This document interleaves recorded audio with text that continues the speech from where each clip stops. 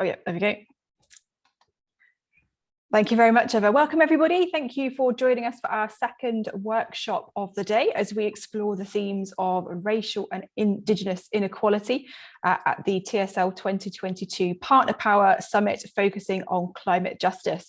I'm delighted to welcome Dr. Gillian Bowser of Colorado State University, who's going to be leading this session for us as we explore climate justice, bringing together equity, action and solutions. So over to you, Gillian. Thank you for joining us. Thank you so much for having me. I'm excited to be here and be part of this conversation. And hopefully we'll have this mostly as a conversation. So we'll be using a couple of tools to sort of think about how we can have our own personal action and what do we do as individuals in part of the climate debate. So I think you're going to start with the slides. So the topic of our workshop today is looking at increasing equity and diversity in the science and in climate justice. And I wanted to say, just to start with that we want to try and look at this as not as a deficit model, but more as an action model. What do we want to do? How do we want to change things? And how do we want to move forward? So when we look at the word increasing, it's probably, I would say probably for our core elements here, because we can look at the sciences, can complain about the lack of diversity in the sciences, but it's time to move forward. And I think that's an important piece now. So next slide, I thought I'd spend just a hot second introducing who I am. So again, my name is Gillian Bowser. I'm an associate professor at Colorado State University in the Department of Ecosystem Science and Sustainability. But I'm actually originally from Brooklyn, New York. So one of those great big cities in the East Coast of the United States. And interestingly enough, actually, I majored in art to begin with. I went to be a medical illustrator and then managed to fail out of art and go into science instead. So I have one of those sort of oddball mixed backgrounds of taking art and science. But I think in terms of thinking about climate justice, art is a way to communicate. And it allows us to think about ways that we can be part of a solution through communicating things. And I'll talk about that for this workshop. I specialize in pollinators, mostly bees and butterflies, and also specialize in citizen science. And this is, again, thinking about action. You know, we as citizen science or community science or participatory science are tools that allow anyone to contribute data that can help us understand the impacts of climate change, especially on our parks and protected areas. Pollinators are small, but they're really easy to take pictures of with your cell phone, but they're also massively declining. And they're also a critical part of our food supply. So just understand all those as participants, gets us back to this idea of action. You know, what can we do to protect pollinators, and what can we do in our own backyards? What can we do in our own lives to make sure that these pollinators continue to exist? I was also a former Park Service ecologist, the US National Park Service. I've worked in 8 different parks. I was 11 years in Yellowstone National Park, which is still one of my favorites. I take my students back there all the time. But I've also worked in parks scattered throughout the United States, including Alaska. And usually our job in the parks is to try and figure out how do we protect and balance species, protection of that species, and people. It's always about a balance. It's not either or. It's always about how do you balance all these things together. And the last 2 things, I'm currently an author on the US National Climate Assessment on the biodiversity chapter, where we're trying to look at assessing the state of biodiversity within the United States as a whole, and look at those intersections of biodiversity law and society well-being within the United States. And then to last, but it's always just a little bit of fun, I'm a former varsity soccer player, US style soccer, football for you Europeans. And that's certainly one of part of becoming who you are as a team player. All right, next slide. So I want to sort of outline a little bit of how do we get here and why there's a little bit more urgency right now, I think, than there was even a year ago. And to get there, I wanted to start with thinking about what happened less than a year ago in Glasgow, Scotland. And in Glasgow, Scotland was the COP26, or the 26th meeting of the Conference of the Parties to the UN Framework Convention on Climate Change, and talk a little bit about the history of that. But why that's important is that the COP26 adopted what is known as the Glasgow Climate Pact. And a lot of people focused at that time about the issue of coal, fossil fuels, phasing out fossil fuels or phasing down fossil fuels.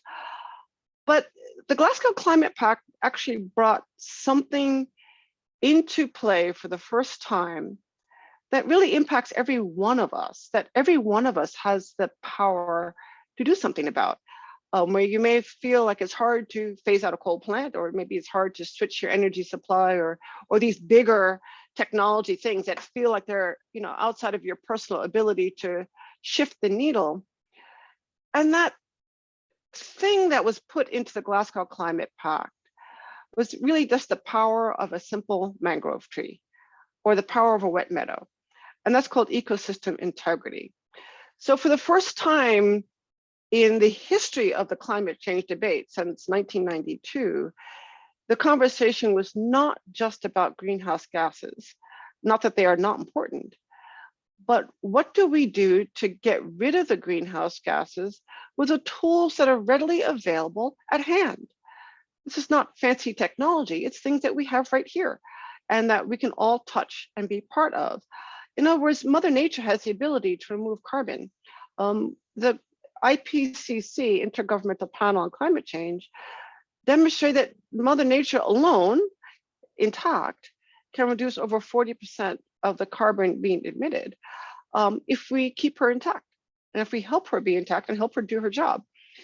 So I think the power of the mangrove was the big issue that came out of the Glasgow Climate Pact, and these are called nature-based solutions.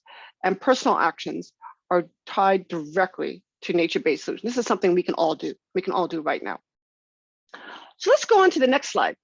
So part of this workshop is to take these two big pieces that Eva introduced us to at the beginning, actions and solutions, but also thinking about climate justice. And this is sort of getting that positive spin on equity and thinking about where climate justice issues come into play and why they may come into play, and how we can all be part of the solutions for that. So I broke it down, the workshop, into two pieces. And the first is the climate piece, and the second is the justice piece. And I think it's really important to always break those two apart. It's very easy for us to talk about climate justice or environmental justice, and then not really talk about the environmental part of the justice equation.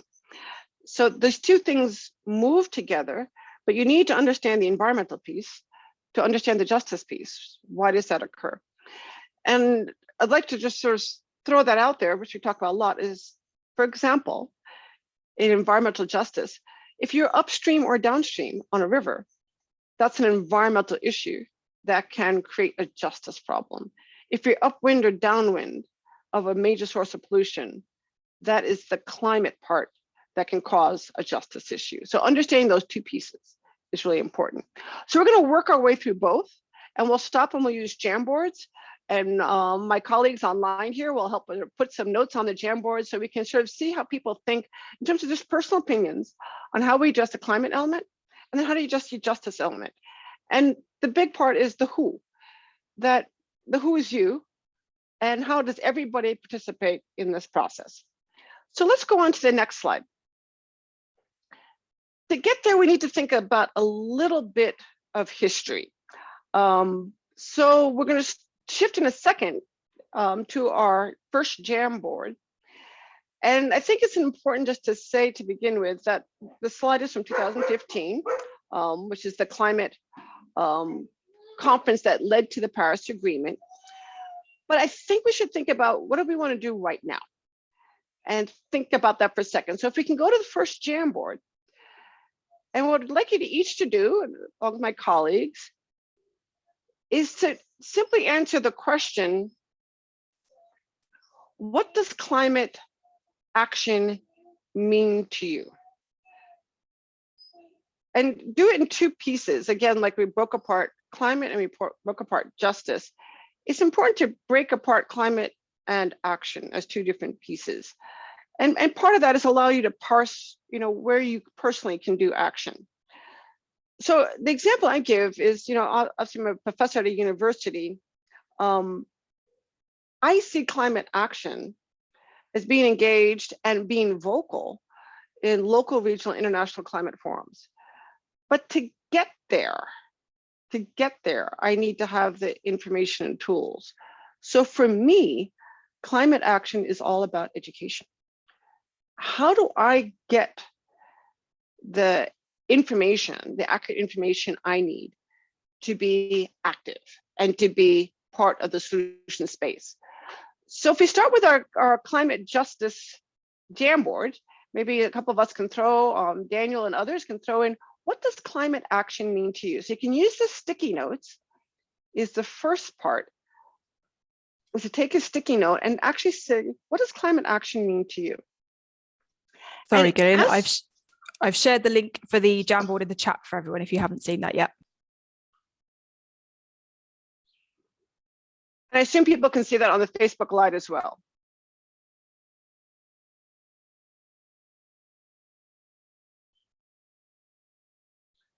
So as people are, oh, see, things are starting to appear.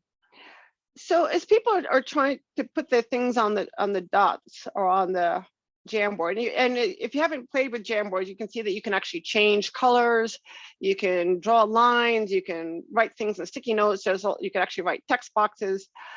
There's lots of things you can do on a Jamboard, which makes it sort of fun when you're looking at interactive space. So what does climate action mean to you? And it's interesting as we think about more of these. The first one is like trying to connect the dots. And why I think that's important just to think about in terms of climate action is what are those dots?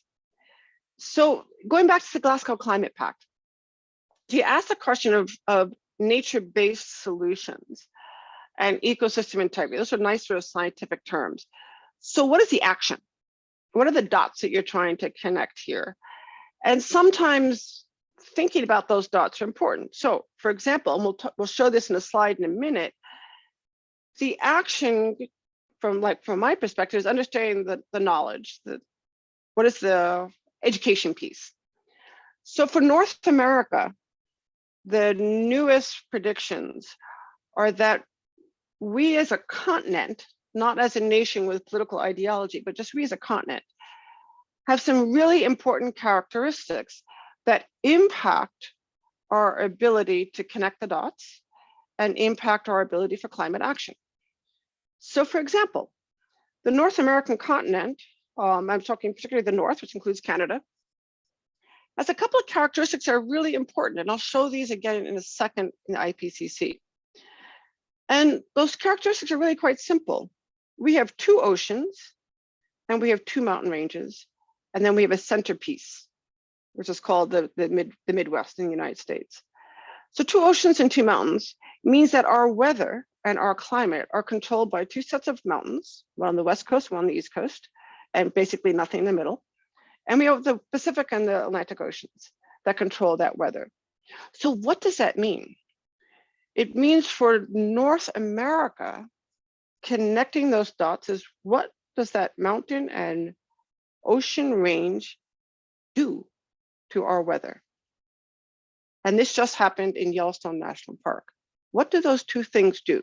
That's connecting the dots. So I'll talk about that in a second, but let's look at some of our other talks.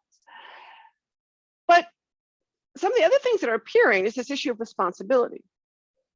So when we think about climate action and responsibility, again, climate is this big issue. And sometimes we think of action, it's really sort of funny, again, in the United States, in Colorado, if I ask my students, what is your action? The first word that almost every student will say is recycling. And I think what's really sort of funny to think about with recycling is, and this was actually said by a landscape architect in the 60s, Ian McCrath, he said, recycling is simply interrupting the journey to the dump. So recycling is not a solution. It's part of a solution. Consumption may be the solution. How much do we consume? So recycling, all we're doing is interrupting the journey to the dump, whereas with consumption, we're stopping the production altogether. So just sort of thinking about that responsibility, connecting the dots. And I like this one that appeared that every action counts, because every action does count.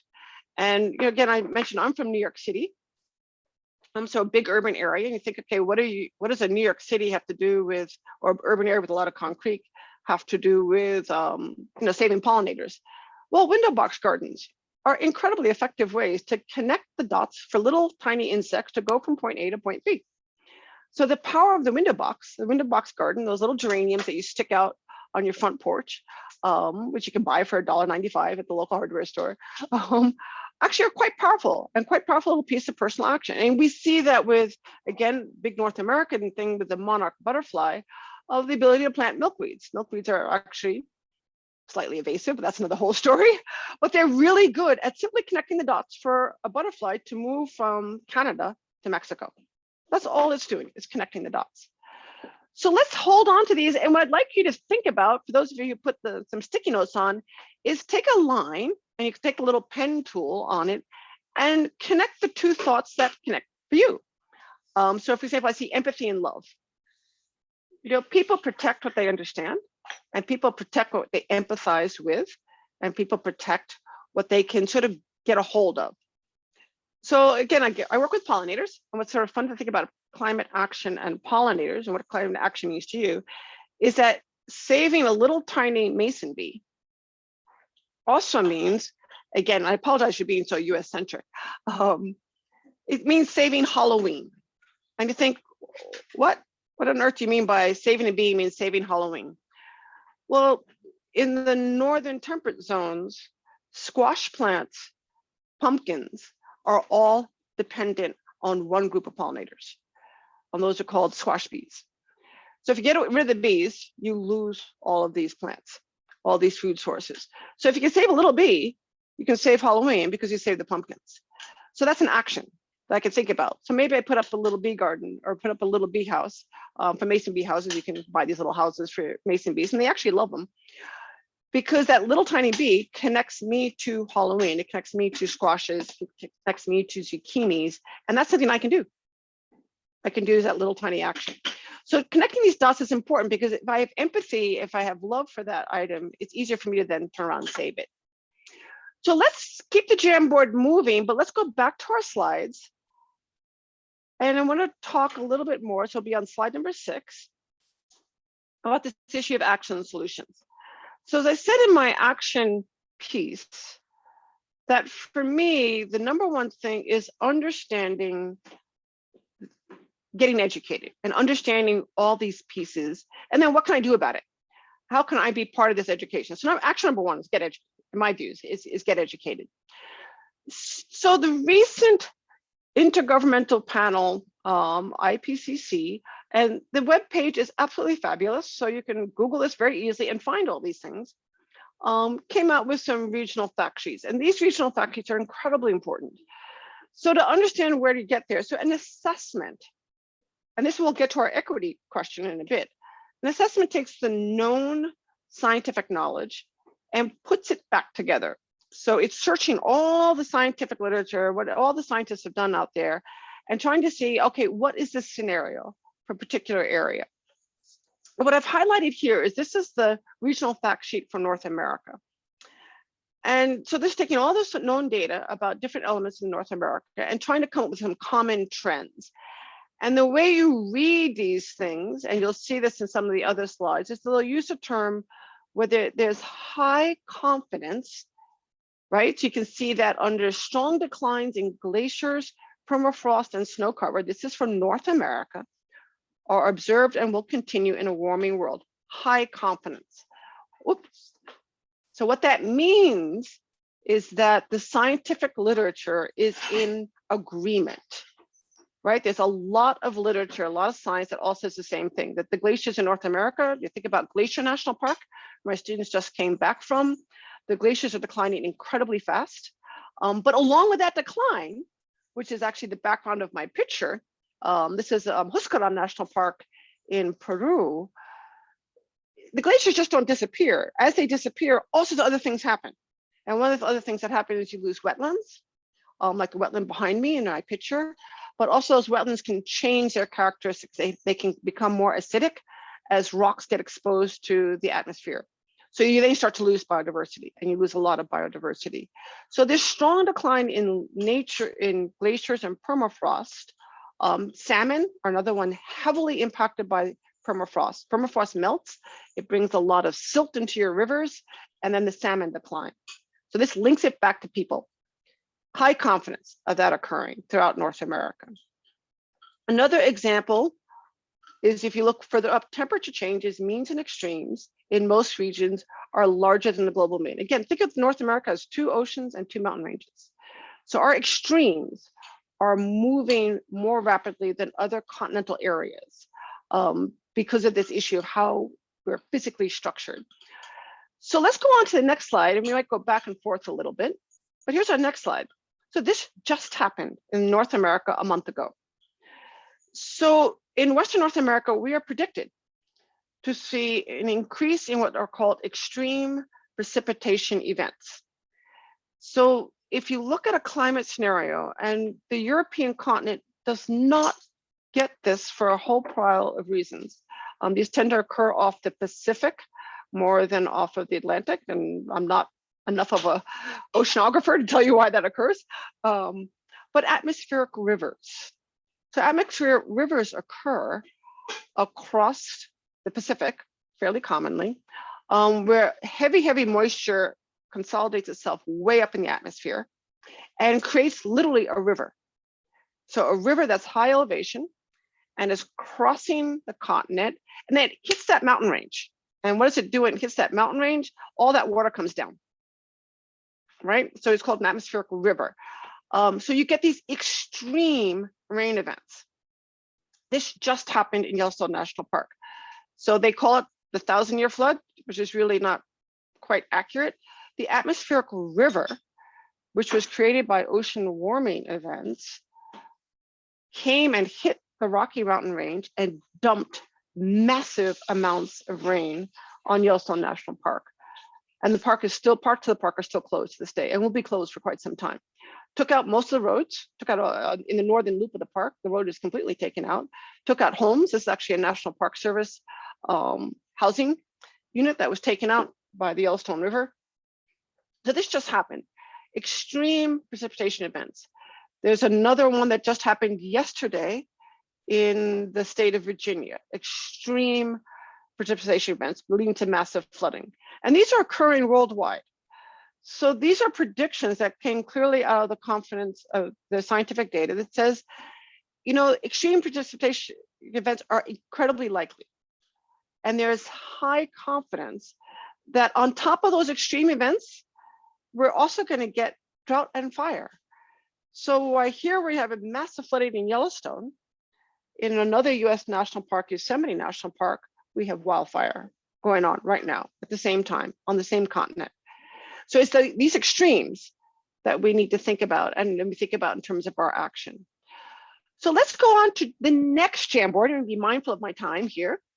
So our next Jamboard, I want to ask you to think about these things. So looking at your area, which you may or may not know, but just, just think about it. And Eva has a little bit of a head start because I posted for North America, which includes Canada. What are some of the scenarios for your area? What are some of the predictions that you've heard for your area? Have you heard about extreme heat islands? Europe, for example, is predicted to have these extreme heat events. Right, you guys had one last year, right? Or 2 years ago, where you had incredibly hot events in Paris and other places leading to heat deaths and heat exhaustion. These are these extreme events that occur throughout the world. So thinking about your local area, so I see one is more weather extremes. What are some of these extremes? And one way to think about it, and I know this is an international audience, but the temperate zones are getting hit harder with these things than the tropical zones. So if you look at these extreme events and look at the scenarios for extreme events, and there are lots of ways to find these scenarios and take a look at these scenarios, a lot of these extreme events will occur in the temperate zones, these sudden shifts. Like, yeah, the UK is under extreme heat warning events. And you think about it, you get some of these areas, I think it was Scotland discovered recently, where people have never had air conditioning, never really a need to have an air conditioning in a home, considered a luxury, not a necessity. And now these areas are getting hit with extreme heat. So you can think about the converse here in the United States again, Texas getting hit by an ice storm and being unable to handle the ice storm. So you ended up with massive power failure, and people, several people died in their garage because they were trying to use the heaters of their cars to stay warm. So a massive event in a developed country of Texas, due to ice that the state of Texas simply was not prepared for. Obviously here I live in Colorado. Ice and snow is part of our everyday lives. We get snow any time of the year. But for a place like Texas, this is something that we don't see. Oh, here's a great one that someone's typing up right now, invasive species. And, again, do give me a thumbs up, a thumbs down if we start running out of time here, because we can talk forever about invasive species. Invasive species is a massive problem. Again, the temperate zones are getting hit much harder by these right now. And I will show a slide towards the end of the talk from a wonderful report called Making Peace with Nature, which actually highlights some of the differences between the tropical and the temperate zones. Again, putting all your political pieces aside, just those two different zones have two different scenarios that are moving. And these scenarios are really important. So example, let's look again at North America. Increase in invasive species from warmer regions. Well, there are two things that are happening here. And it's actually really interesting because people don't tend to think about just how complicated this is. So if you look at the Atlantic coast of the United States, we have what's called a circulator current that goes up and down the Atlantic coast. And that current is getting warmer and warmer. And it runs from the southern part of the United States and goes up to the north and dumps itself into Canada. So as that current gets warmer, species that don't like the warm water are moving further and further north. So the American lobster, which is a cold water species, is now more common in Canada than it is in the United States. Interesting little piece. A second thing that's going at the exact same time and the exact same pattern is maple syrup. The highest production of maple syrup has shifted from the state of Vermont and New Hampshire to Quebec. Again, with this warming trend, maple syrup likes cold nights, warm days to generate the syrup. As we get warmer and warmer winters, we are not seeing the high maple syrup production, but Canada is now one of the #1 exporters of maple syrup. So two things that connect to society, two things that connect to probably your breakfast or something very close to home that are shifting quite rapidly simply due to climate change and that we may not be paying enough attention to. So I want to leave ecosystem fragmentation and damage to the side for a little bit because that tends to be more ubiquitous. That's more human activity. But let's look at this green one. And again, if you guys could do some lines that connect the dots. The flowers live longer by the end of the fall. That's a really interesting one. So again, I said at the beginning, I work on pollinators. Well, pollinators are actually a huge group. And in the temperate zones, pollinators are almost ubiquitously insects. In the tropics, they can be birds or mammals. In the temperate zones, they're all insects. We have maybe one bat that kind of sort of pretends to be a pollinator. It probably gets outpaced by moths, but we really don't have a lot of mammal pollinators. So what happens when these flowers shift? So we hear a lot about what they call phenological mismatch as flowers shifts, do the pollinators keep in track? But we forget to look at the pollinators. So insects are an amazing lot. They've been around for an incredibly long time. Butterflies are one of the oldest groups of insects. If you didn't know, they were out there with the dinosaurs, and dragonflies are even older.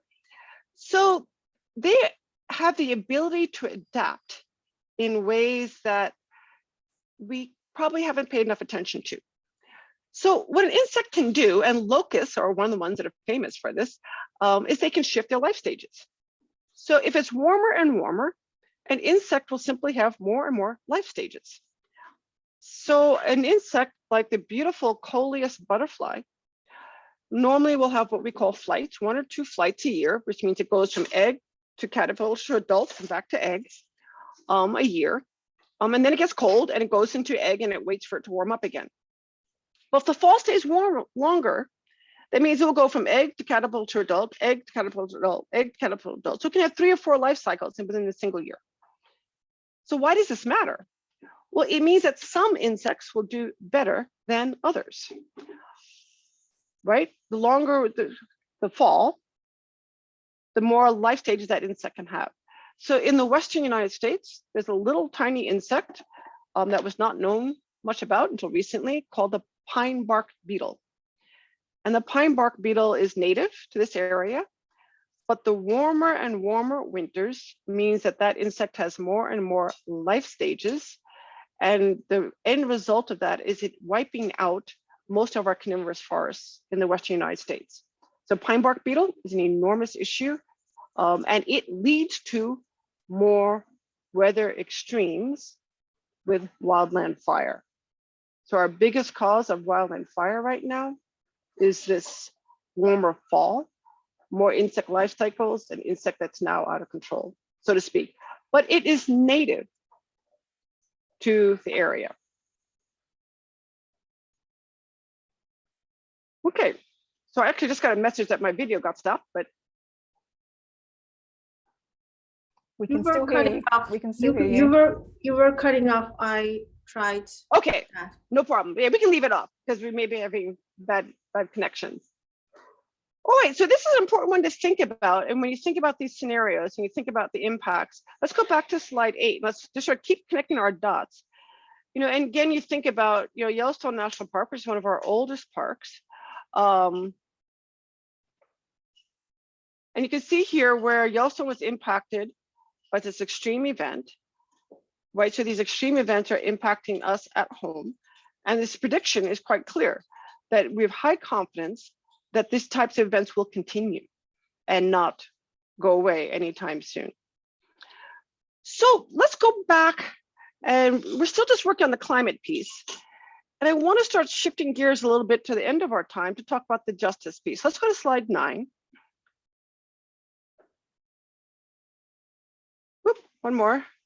Keep going. There you go. And to get to justice piece, I need to back up for a moment and ask this bigger question as to who asked the questions. So you saw in the previous Jamboard that these scenarios are based on climate assessments, right, that have confidence in the literature. But the literature is based on a bunch of scientists running around asking the questions. But who asked the questions makes a difference. And this is where we get to our equity part of our discussion. So for a little bit of history, just to think about how equity got into the discussion of climate to begin with, we have to step back to 1992. And in 1992, the first Earth Summit was held in Rio de Janeiro. And that created the conventions, which are known as the Rio Conventions, of the world starting to take a hard look at these greenhouse gases. At that time, one of the issues that was coming out was ozone and the ozone collapse over Canada. So Canada was one of the countries leading this effort to say, we've got this massive ozone collapse and we need to understand what's going on. And the recognition that these greenhouse gases were having incredible impact on our atmosphere. But 3 Rio conventions, one's on desertification, and the other one's convention on biological diversity. But fast forward 20 years later, it's called the Rio Plus 20 in 2012. The question of sustainable development, how do we sustain our planet and sustain our people at the same time, became more and more urgent. The term sustainable development was first introduced by a Danish prime minister, Gro Brundtland, sorry, in 1989. But the world didn't really think about this issue of sustainable development and how do we sustain the planet such that our future generations have the same resources. So sustain the environment such that the future generations have the same resources. So we're not degrading the planet, we're not degrading our environment, but we're allowing the great-great-grandchildren, et cetera, to have the same access to resources. So 20 years later, in Rio Plus 20, the Sustainable Development Goals were launched as a framework. And why these are so important, and we'll do this in our next Jamboard, is that they, for the first time, incorporate human well-being with environmental well-being, and keep those two things next to each other, and keep those two things always connected. And it's a challenge. It's not an easy challenge, but it's a critical challenge that we all need to, I think, get on board with for these global goals. So if you go to the next slide, and these are things that you can do on your, at home or so forth. The information is widely available. Each one of these goals, there are 17 goals. Each one of these goals has a whole bunch of targets. And what these targets do is that they help direct science to asking the questions, and to help direct us to think about those questions, always engaged with the human community. So we don't want to separate humans, because humans are on the planet. They may be doing more than their share of damage to the planet, but nevertheless, we're all on the same planet. So we need to talk about these things as a whole. We can't talk about invasive species without talking about human transport of invasive species. All you have to do is think about, in North America, the cockroach who moves around by, as we call them, U-Haul vans. House mouse moves around by furniture, etc. So all these species that happily take us, look at an airplane and ask how the domestic fly got from one end of the continent to another, mostly by airplane. So it's these types of things that human actions are part of this whole equation, and we can't separate these two. So you can find all this online. So what I want to do is do two more things and go to our next Jamboard for our last 20 minutes. So if you go to the next slide, the important thing to think about as we get into our next Jamboard is that each one of these sustainable development goals is interconnected. So I highlighted here the example of water. And water is such an amazing thing. It's physically amazing, but it really is such a connector that we tend to underestimate. Clean water connects everything. And the ability to have clean water connects to your health and well-being, and we tend to overlook the fact that we can drink water out of our faucet. Is a luxury that many countries do not share. But also the clean water for our fisheries, for food, sources of food, for wildlife, for recreation, all these things that clean water are so important for, that connects not just our natural resource base, but it connects our own products for consumption and our own well-being by simply keeping our water clean. And again, in the United States, I think one of the biggest crises, environmental crises of our time, that led to the development of the Clean Water Act in the 1970s was when a river physically caught fire in the United States, and that was the Cuyahoga River. It was so polluted that with so much oil, the river physically caught fire. So that was sort of a wake-up call. Everyone was like, wait a minute, here we have a massive river, water, burning because our pollution is so bad. And so this gets back into thinking about issues of equity and well-being, because water connects us all. Whether you're upstream of that pollution or whether you're downstream of that pollution impacts your justice or your ability to have access to clean water. So let's go to the next slide. So our third Jamboard, I think it's one of our last ones, is to take a quick look. If we can go to, and you may have to toggle back and forth, and this is probably one where we should have put the Sustainable Development Goals on the Jamboard. If you grab one of these Sustainable Development Goals or think about them, and I can sort of talk about them and you guys can think about them at the same time or go back and forth to your next Jamboard. There you go, clean water is on there. Which one of these goals actually talks to you the most? So for example, and I'll read some of them off because I have a couple of favorites. I'm heavily biased, but we do a lot of this work. For me, the issue of gender. And you think, okay, how does gender connect? And that's Sustainable Development Goal number 5. How does gender connect to climate action? And it actually connects very directly to Sustainable Development Goal number 15, which is life on land. And you can just think about that for a second. How does gender connect with life on land? Well, in many countries, too many countries, in my opinion, who owns land is not equitable. It's called land tenure rules. So who owns land is not equitable. And in some places and in some cultures, women are not allowed to own land. So when you look at life on land and protecting land and its resources, who has the ability to have voice in that conversation? So if you go back to the next Jamboard, which should be the one after this one. So I don't know, Christy, if you're trying to adjust the Jamboards. Oops. This one? How you define community? No, go back one.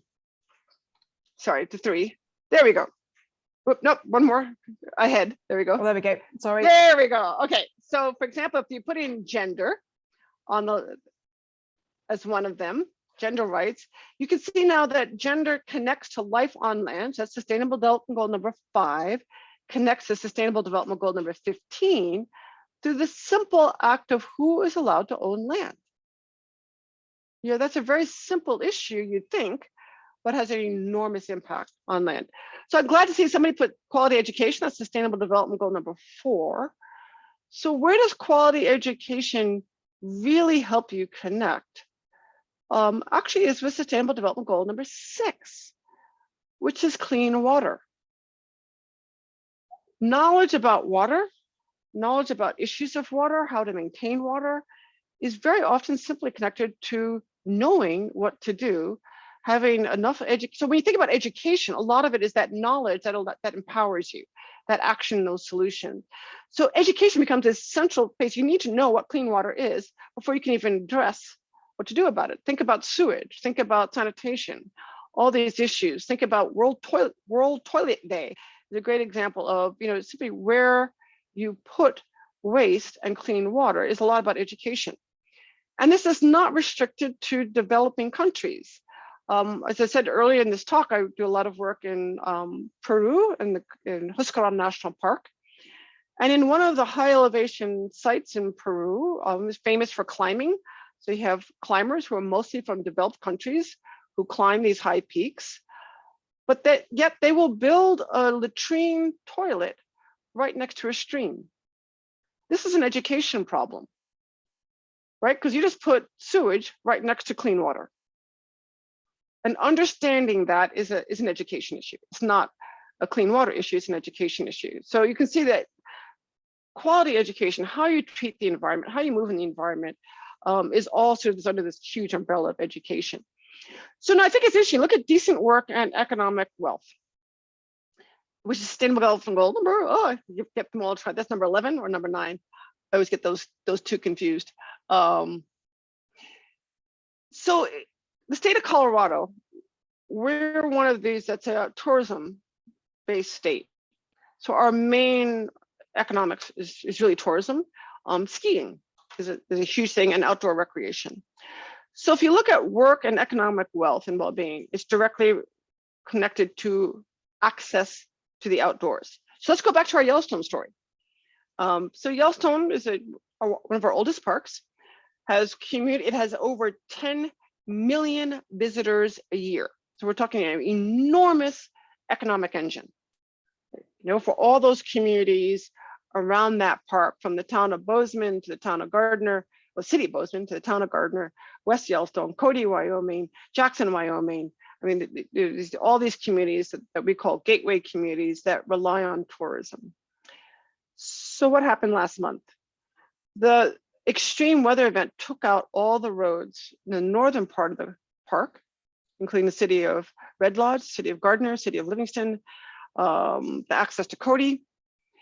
So the park is now cut off from anything to the north because the roads simply are not there anymore. The roads are gone. So massive damage to those roads. So it means all of these communities, over 1 million plus people whose livelihood depends on this, have suddenly become dead-end communities. You cannot get from their community to the park. So you went from 10 million visitors to 0 in a month. So we look at decent work and economic wealth. It ties directly to life on land. It ties directly to that climate impact, that atmospheric river that has just destroyed the livelihoods for 1 million people. And you exacerbate that when you look at islands, small island states, especially the small island states, the Maldives and others that also heavily depend on tourism, and what happens when that decent work and economic wealth disappears. and disappears quite rapidly. The Bahamas, the Caribbean islands, all these that depended on tourism, and that collapses. So being mindful of our time, oh my goodness, we're down to 12 minutes left. And Chris, keep me in charge of on track. So think about these, and I'm loving these lines that I see and how you connect all these things. One thing I'm a little bit surprised to see is reduced inequalities. How do you connect that to life on land? Who has access to what? In North America, our biggest issue is subsistence hunting. So if we have treated rights for Native American tribes that include subsistence hunting, and then the state denies that hunting permit because of the characteristics of wildlife, think moose, elk, bison, we have increased an inequality by reducing that subsistence hunting and by restricting that subsistence hunting. And what's interesting is another, going back to invasive species issue going on, is the tribes, the Grand Portage tribe of the Chickasaw that are up by the northern areas of the Great Lakes of the United States, very heavily rely on things like moose hunting and deer hunting as their primary source of protein. They have subsistence rights in their treaties for moose and deer, but climate change has exacerbated that little insect, remember we talked about earlier? And the particular insect in this case is a tick. It's in the arachnid. So the ticks are reducing the condition. The tick outbreaks are phenomenal in that area of the country, which are killing moose and deer. So the animals' conditions are declining, which is in turn impacting subsistence rights for people. So life on land is directly connected to this inequality, and it's directly connected to this change in climatic condition, which is allowing this invasive species to move. It's not invasive, it's native, but it has more and more life cycles because the weather is warmer and warmer, so the tick population is exploding in the northern areas of the United States. All right, so it's a fun one just to think about when you think about action, making sure you connect, like racial rights and clean water. Who owns water? In the United States, the Western United States, water is owned. Not very many people know that. There's called primacy rights in water. Many of the tribes in the Western United States do not own their water, right? This is a primacy problem. This is a racial problem. And this is also an inequity problem. That who owns water? We're in a severe drought right now in the Western United States. Who owns that water now comes into play. And much of the water is owned by agricultural interests that trace to colonial days and don't necessarily honor treaty rights. So water ownership is an enormous issue that's still being debated in the Western United States. All right, so I want to do a couple more things before we end here, and hopefully we'll have time for our last slide. Let me skip over the next sticky note for now, just in the interest of time. But I want us to think about this going into part 2, which is this defining justice. And we talked about who asked the questions. And now we need to think about who asked the questions matters, but then what do we do about it? And what do we as individuals do about it? There's a little bit of background that's important to know in the larger framework of the climate justice question, is that the globe, the UN community, has made 2 very important decisions. Like I talked about earlier, the decision with the Glasgow Climate Pact, but here we have 2 decisions that also got very little attention worldwide. And number 1 was local and traditional knowledge, which includes indigenous knowledge and other types of knowledge, were formally adopted as part of the convention, the Framework Convention, in COP24 in Katowice, Poland. But before that, the Gender Action Plan was adopted, which said that women, and they are using the sort of formal definition of gender here, women globally need to have an equal voice.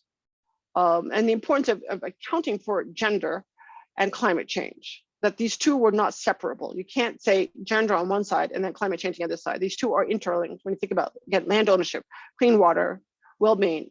You can't separate these 2 things out. So making that part and parcel of everything that the Climate Framework Convention does was really important. and then how these things to impact climate justice. So I'm going to skip over Jamboard 4 in the interest of time. Let's look at slide 15, because I would like to close out with this sort of last action and action pledge. So we've been talking a lot about these two pieces. One is what happens when extreme events collide with socioeconomic parameters. And you've heard us talk several times now about Yellowstone and what just happened here in the United States. If you look at this, these two graphics on the side, for those of you who may know, Yellowstone is sort of in the northern western corner of the United States, more or less along the Rockies. And you can see by the second, 4-degree global warming, that whole area is turning sort of deep magenta colored, which is suggesting that you have these extreme events happening more and more as we exceed 2 degrees warming. And so what happens when these things collide? But the other things that we haven't talked about, but we should think about when we go to our action step, and again, Europe is impacting this right now, the UK is getting hit with this, is heat islands and urban populations. So what happens when heat islands, extreme heat events collide with our fondness with concrete? So for lack of a better way to put it, most of our cities, the real problem is not the urban population. The real problem is our fondness of concrete and our less fondness of planting trees in our urban areas. But thinking about how that impacts populations, which urban populations have more trees than others? There are very clear dynamics of poor populations having fewer trees. Rich, wealthy populations have big lawns, big trees. This dynamic repeats itself again and again and again worldwide. So heat islands have a socioeconomic impact based on where they are and how much concrete you have in an urban area. The second issue, which you didn't really talk about, is water scarcity, long-term drought, and loss of biodiversity. What happens when these things collide with our ideas of human well-being and human health? So I want to go through some sort of technical slides for the last bit, and then let's close with our actions. So this slide is simply taking all those SDGs the little exercise that we just did. And it's looking at SDG 9, looking at energy and clean energy options, and then asking where are these trade-offs and synergies looking at for different communities, and where do these options help develop it and where do they don't? And all I wanted to highlight on this slide to think about is simple things like access to clean water. There's not a whole lot of technology involved here. Has the highest synergy of anything else out there. Simply providing people with access to clean water is one of the highest things that we can do in terms of human quality of life. And mitigating the impacts of climate change is, paying attention to our water and paying attention to our water sources. Let's go on to the next slide. And I apologize, Christy, we're really running out of time here. That's so okay. I want to say, It's okay to go over if you need to, it's fine. Okay, so the last thing to think about is this idea of making peace with nature and paying attention to nature-based solutions, going back to the Glasgow Climate Pact, and how we pay attention to these little things that make an enormous difference to our health and well-being. And I've put the reference for this report. It's very easy to read. It's very well written to think about what are some of our solutions and solution-based things that we can do. So if you go to the next slide and we think about empowering people to express yourselves and to think about the simple things about where biodiversity loss and invasive species are these enormous challenges, spillovers, COVID that we just went through, a spillover from a wildlife incident, and then what do we all do about it? Because these areas are all now interconnected so easily that it's hard for us to take a disease that comes out of a bat population and prevent it from ending up in our urban populations. We're so interconnected that, as we all saw in COVID, that we were not able to control that type of spillover event. So let's take a moment to close out with slide number 19, which is our last Jamboard. Just bringing it all back together. And it's nice to have an action pledge. And that action pledge can be really quite simple. So if you go to the last Jamboard, so one of the things I like to think about for an action pledge, and not just because I'm a professor at a university, is becoming educated. You know, what can I do locally here? And, you know, understanding what I need to do right here, right now. So for example, as I said, I work on pollinators. One of our big issues right here in the city of Fort Collins, where I live, is that people don't like mosquitoes. So the city actually sprays for mosquitoes, and they spray at night. Well, the spray they use kills off honeybees, it kills off bumblebees, and it kills off little blue butterflies. So, you know, understanding that, being informed on that, and then working actively with the city to say, hey, wait a minute, what are we doing? It's one of your pledges that you can make about simply being active. Sorry, dogs are chasing squirrels in the background. And that's a really simple action, you know, that you can take to make sure that your city is doing something positive. Another little issue is mowing. You know, for our city park, mows, so people can sit on the grass and have a nice little picnic, and the grass is nice and pleasant. But if you back the height of that mower up just an inch or two, clover will bloom in that lawn, and both honeybees and little native bees will use the clover. So why don't we simply back the blade of the grass mower up an inch or two? It has an enormous impact on little things like pollinators, an enormous impact on those things. The other simple thing is thinking about, I don't know if you have these in other countries where they put up these little wasp killers, these little things that supposedly attract wasps. But if you actually look inside what gets attracted, you'll find that you have native wasps and you have non-native wasps sort of mixed in there. So you're busy killing off all the native pollinators at the same time, while you think you're getting rid of an invasive species that happens to like your picnic, and is quite annoying and stings. I mean, all it's doing is defending its own babies. But we kill them without thinking about how many native pollinators we kill.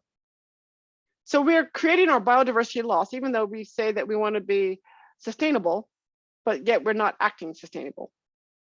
So buying locally produced food is great. Make sure your local producer is not busy spraying for mosquitoes, because you can be organic and still put your wasp killer up, right? You can be organic and still mow your lawn too low and still kill off all those pollinators. So it's just important that we become educated as to what each of these little pieces mean. I love this one that just came up on create more wild spaces. One of my heroes, oh my goodness, Christy, cut me off. Are we over? No, you go ahead. Okay, so one of my heroes who's unsung in the climate space is Lady Bird Johnson. And if you don't know about Lady Bird Johnson, she's worth looking up. Lady Bird Johnson was Lyndon B. Johnson's wife, and she is famous for wildflowers. And Lady Bird Johnson simply, very simply, asked the state of Texas to not mow highway medians until the Texas bluebonnets were finished blooming. So now this is a huge tourist attraction to drive the highways of Texas early in the spring when all the bluebonnets are in bloom is a pretty spectacular sight. If you've not seen it, it is pretty spectacular. There are a bunch of flowers. They do seed the medians. It is an unbelievable color display. And then when the flowers are finished, they mow. So all they've done is delayed the mowing and create this amazing wildflower, wild space, pollinator-friendly space. People take wedding pictures in Texas bluebonnets. I mean, it's pretty crazy. All the people who just stop on the side of the road, you know, little traffic jams, and everyone's taking picnics and so forth. But it's a simple fix to simply delay your mowing. So thinking about those simple fixes that do create more wild spaces. My front yard is a wild mess because I'm a pollinator ecologist, so I'm pretty busy planting things for pollinators. So yeah, I've got milkweed coming out of my ears. But it's important, our city says that, well, your front lawn shouldn't be more than 6 inches high. Well, milkweed is 9 inches high. So you need to get the city to think about, well, if you want to create pollinators, we need to change that little rule about 6 inches. You just add 3 more inches.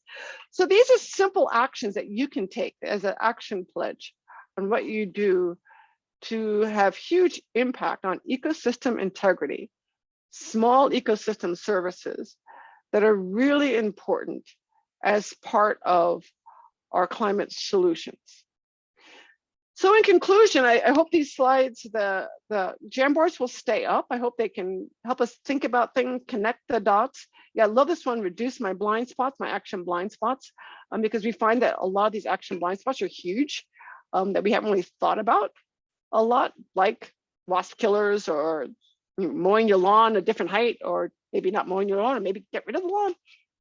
Another little one is mulching. People love to mulch lawns or put down ground cloth. #1 killer of native bees. #1 killer of native bees is mulch. So how much mulch you put down makes a difference. But we don't think about it. We're so into getting rid of the weeds that we forgot about the native bees that like those weeds, dandelions in particular. So reducing those blind spots in your own community. What can you do right here at home? What can you think about right here at home? Maybe pull out your ground cloth if you have a lawn, or maybe if you don't have a lawn, then put up a window box that will attract some of these pollinators. So just thinking about those things is really important. Going back to SDG 4, which is education, educating yourself on climate solutions, because we can't get to a solution if we don't have the tools. And one of the biggest tools is the education. And then last, I just want to think about, again, with SDG 4, is that small steps matter.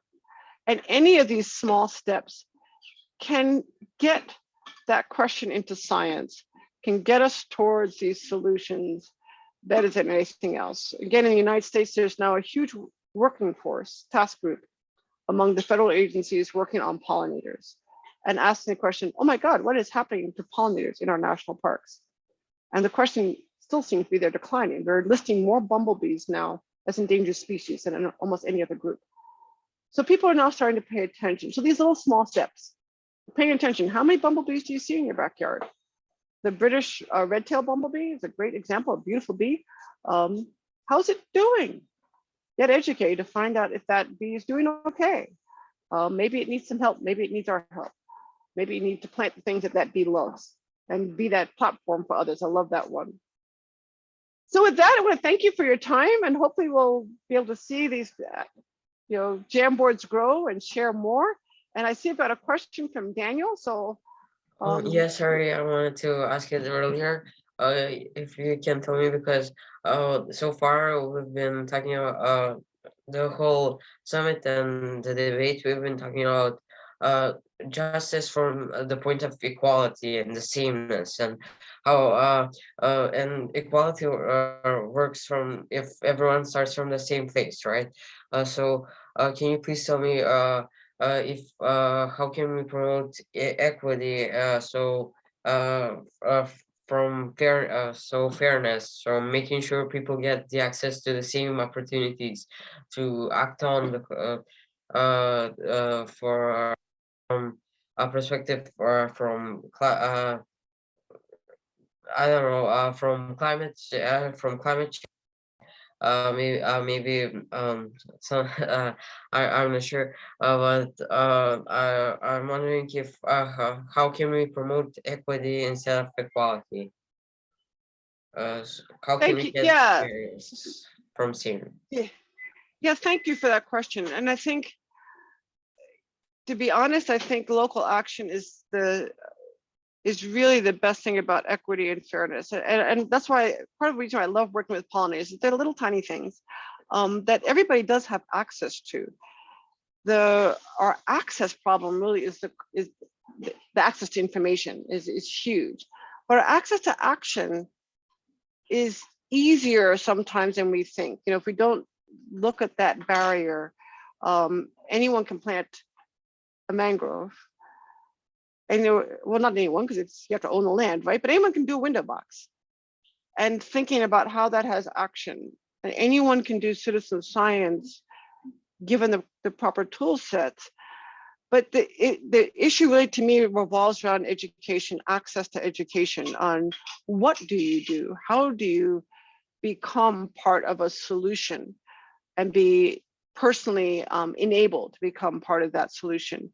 And that's a harder question to address. So again, what I like about pollinators, and here we've got a big argument over monarchs, monarch butterflies. And what's lovely about monarch butterflies is that they don't see socioeconomic boundaries. So they will happily show up in whatever patch of weed has something that they're interested in. And milkweed is only their host plant. It's not their nectarine source. It's only their host plant. So they'll show up on dandelions and whatever else you have out there. So understanding that equity that the environment itself sees, I think is empowering. That even growing up in New York City, if I put a little garden box out, I would get bees in it. It didn't matter that everything else was concrete. They would somehow find it. And I could, it sounds silly, but I can remember to this day when the first time I saw a dragonfly go up and down the streets of Brooklyn. I think, okay, where the heck, I was in college at that point, I think, where the heck did that thing just come from? Because the dragonfly's larvae requires clean water. So the fact that the adult was floating around means somewhere there was clean enough water for it to lay its eggs and for it to, survive. But what that also pointed to in terms of equity and access was people starting to ask the questions about water supplies in cities, these little urban streams that are everywhere in cities that tend to get forgotten. They're underneath culverts. People don't look at them and pay attention to that water quality. But when they're clean, they suddenly become this amazing resource for all sorts of species. So in some ways, it is empowering that backyard and empowering that knowledge to know, how do I preserve nature right here? How do I help nature function right here? I don't know if that answers your question enough, but I think that's really the leveling field, is to believe that we all have the ability to act, and that we all are right here. Thank you and very much. You're welcome. And as I'm speaking, a huge Western swallowtail just went by. Again, a species that likes cherries. It carries its host plant. So the fact that it's here is a good indication of quality environment for that little species. And it's a beautiful butterfly. And it's floated by. Eva, I see you had a question. Yeah, thank you. While human being is messing up the environment, I picture the environment, the whole universe is actually fighting back this human act of destroying, like a small bug, a plant, sometimes even like water. It seems like they are fighting us on destroying ourselves and them. And I want to ask a personal question. How do you keep your hopes up witnessing all this in person? So I guess I would say the word I would disagree with is fighting. I think we underestimate the power of the insects to persist. And I think the insects are pretty darn good at it. Remember, butterflies have been around since the Cretaceous. So they out-survived the dinosaurs. So they may happily out-survive us. They're going to figure this out. Whether we figure it out or not, they're pretty darn good at it. And it is important to think about. That dragonfly I just told the story about traces its lineage back to the Tyrannosaurus Rex, which failed to survive. Despite being gazillion times the size of a dragonfly, though the dragonflies were pretty big back then. I think we underestimate the power of Mother Nature. Now, whether she succeeds and we do not as a species is another question. And I think insects are incredibly adaptive, even more so than we are. And we probably underestimated their ability to adapt. Just mosquitoes love climate change. We could not make them happier, and we need to think about it that way. A warming climate for a lot of organisms is a pretty darn good thing. And so we're benefiting them, but we're not benefiting us. Extreme weather events impact us because it impacts our infrastructure. It impacts our livelihood. It impacts our homes. But you know what? The mosquitoes thought that was pretty darn good. All that stale water sitting around after the flood went through was just heaven for them. And we'll probably see a huge bloom in mosquito populations in places like Yellowstone, huge blooms in fly populations, grasshoppers, other things that are able to adapt to those changing conditions quite fast.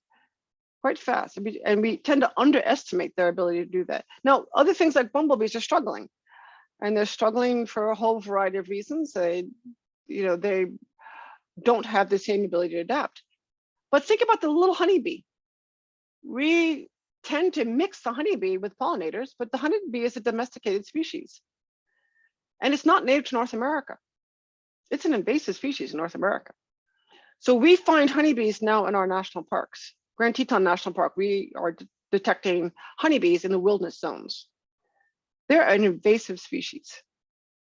They are doing just fine thanks to us busy planting honeybee hives everywhere. So the number one pollinator hive in my backyard is honeybees. It should be bumblebees. So honeybees will probably do just fine. Bumblebees may not. So I think it's understanding that dynamics of Mother Nature is being a very complicated organism herself.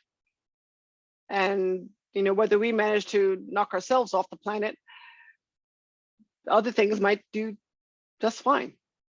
Kind of scary though, isn't it? Beetles are having a grand time out there. So they really are. You say, save yourselves, human beings. Bugs will be just fine. That is impressive. It is, part of the sustainable development framework is remembering human well-being is part of the equation. I mean, we really do need to save ourselves. We can't be sustainable without equity.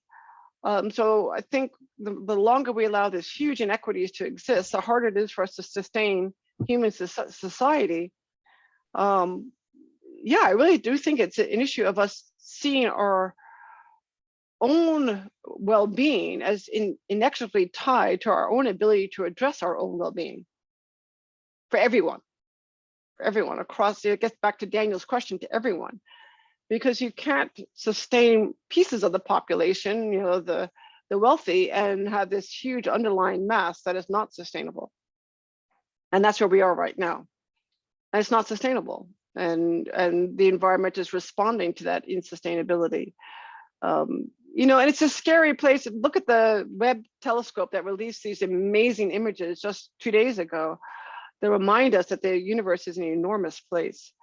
It's reminding us that there are more species of insects on this planet than people. Species of insects.